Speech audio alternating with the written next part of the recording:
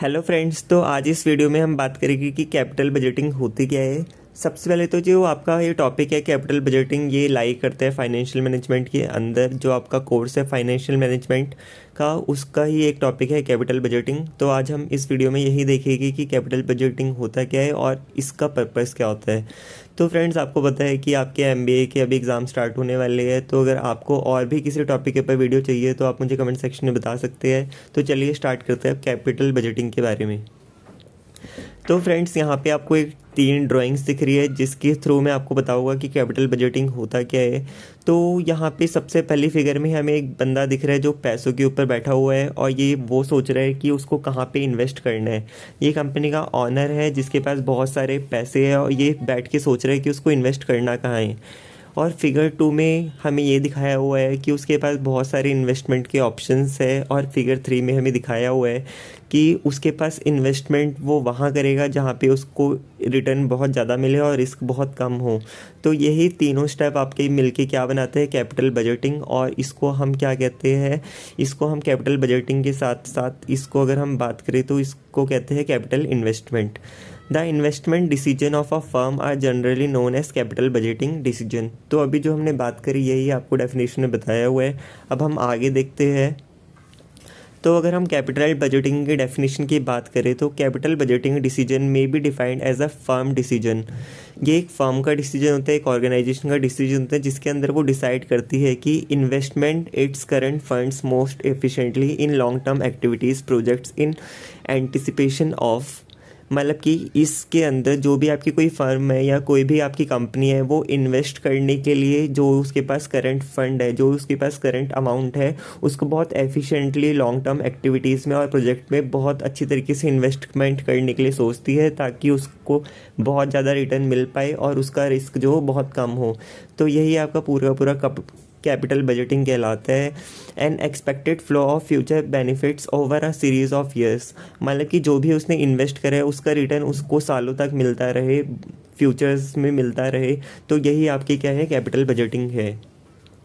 अगर हम एग्जाम्पल की बात करें कि इन्वेस्टमेंट डिसीजन के क्या क्या एग्जाम्पल्स है आपके पास, तो इन्वेस्टमेंट डिसीजन के अंदर आपके पास ये चीज़ें लाई करती है जैसे कि expansion, acquisition, modernisation, replacement, research and development programmes. आप समझते हैं इनमें से हर एक चीज़ को एक एक करके। सबसे पहले एक्सपेंशन का मतलब होता है कि बढ़ाना। अगर आपके पास कंपनी के अंदर आपके पास इन्वेस्टमेंट करने के लिए आपने सोचना है कि आपने कंपनी की ग्रोथ करनी है तो आप कैसे कर सकते हैं। तो आप अपने प्रॉफिट्स को, अपनी इन्वेस्टमेंट को यहाँ पे एक्सपेंशन करने में लगा सकते हैं कंपनी की। जैसे आप कंपनी की जगह को बढ़ा सकते हैं, मैन पावर को बढ़ा सकते हैं, इंफ्रास्ट्रक्चर को बढ़ा सकते हैं। तो यही आपका आता है एक्सपेंशन के अंदर। एक्विजिशन का मतलब होता है एक्वायर करना, यानी कि किसी चीज़ को ख़रीद लेना। जैसे कि इंडिया की एक कंपनी है टीवीएस, जिसने कि अब एक्वायर कर लिया ब्रिटिश की नॉर्टन कंपनी को, जिसकी वजह से वो क्या कर सकती है, ग्लोबल एक्सपोजर हो गया टीवीएस कंपनी का। यानी कि वो फॉरेन में भी जाके अपना मार्केट बना सकती है और वहाँ पे भी अपनी मार्केटिंग कर सकती है। तो ये होता है आपका एक्विजिशन। मॉडर्नाइजेशन का मतलब होता है कि आपने कंपनी के अंदर, अपनी ऑर्गेनाइजेशन के अंदर मॉडर्नाइजेशन लाना। जैसे कि अगर हम व्हीकल की, ऑटोमोबाइल्स की कंपनी की बात करें तो वहाँ पे अभी तक BS4 व्हीकल्स चलते आ रहे थे, लेकिन जैसी मॉडर्नाइजेशन आई तो अब क्या हो गया, BS6 व्हीकल को, BS6 व्हीकल्स आपके आ चुके हैं। BS6 ने BS4 व्हीकल्स की जगह ले ली है।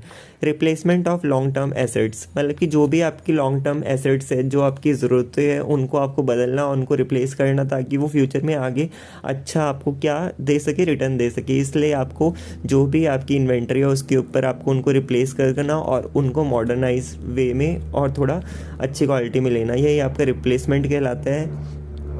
इसके बाद है आपका रिसर्च एंड डेवलपमेंट प्रोग्राम। मतलब कि अगर कोई मेडिसिन की कंपनी है तो ये तो है नहीं कि उसने इन्वेस्ट किया और उससे सीधा रिटर्न मिलने लग गए, बहुत अच्छे रिटर्न मिलने लगे। तो उसको क्या करना पड़ेगा, पहले कुछ इन्वेस्ट रिसर्च के अंदर, डेवलपमेंट के अंदर लगाने पड़ेगी। जब तक रिसर्च कंप्लीट नहीं होगी तब तक उसको क्या मिलेगा, रिटर्न नहीं मिलेगा। तो ये थोड़ा सा लॉन्ग प्रोसेस रहता है रिसर्च एंड डेवलपमेंट प्रोग्राम वाला।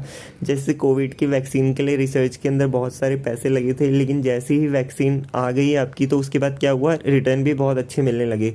तो यही आपके कुछ एग्जांपल्स हैं इन्वेस्टमेंट डिसीजन के। अब हम आगे बात करते हैं कि फ़ीचर्स क्या है इन्वेस्टमेंट डिसीजन के। तो इसके अंदर फीचर्स है आपके, जैसे capital budgeting decision involves a huge investment, इसके अंदर आपको बहुत ज़्यादा इन्वेस्टमेंट की ज़रूरत पड़ती है। The current funds are invested in long term assets, जो आपके ये फंड्स होते हैं ये लॉन्ग टर्म एसेट्स के अंदर यूज़फुल होते हैं। The exchange of current funds for future benefits, इससे आपको जो फ्यूचर में बेनिफिट्स मिलते हैं। The future benefits will accrue to the firm over a series of year, और इससे जो आपको बेनिफिट्स मिलते हैं ये सालों तक मिलते रहते हैं।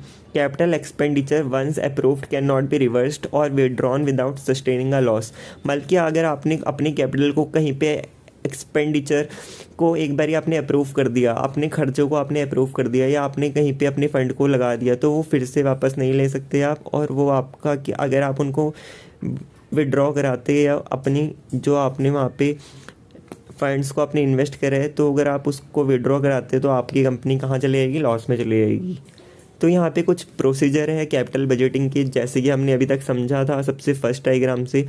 तो सबसे पहले फर्स्ट स्टेप है आइडेंटिफाइंग पोटेंशियल इन्वेस्टमेंट अपॉर्चुनिटीज़, जो आपके पास अपॉर्चुनिटीज़ है उनको आपने क्या करना है, उनको आपको आइडेंटिफाई करना है। सेकंड स्टेप क्या, evaluating and assembling investment proposals, उन सबको इवेल्यूएट करना है और असेंबल करना है प्रॉपर सीक्वेंस में अपने प्रपोजल्स को, उसके बाद आपको डिसीजन लेना है।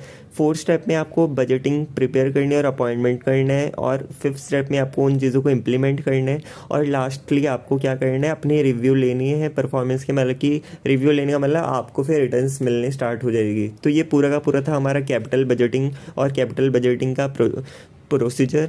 तो फ्रेंड, अगर आपको ये वीडियो पसंद आई तो please like share and subscribe my channel, और कमेंट सेक्शन में मुझे बता सकते हैं कि आपको ये वीडियो कैसी लगी और वो भी टॉपिक जिसकी वीडियोस आप चाहते हैं कि मैं आगे लेके आऊँ। तो फ्रेंड, मिलते हैं अब अगली वीडियो में एक नए टॉपिक के साथ।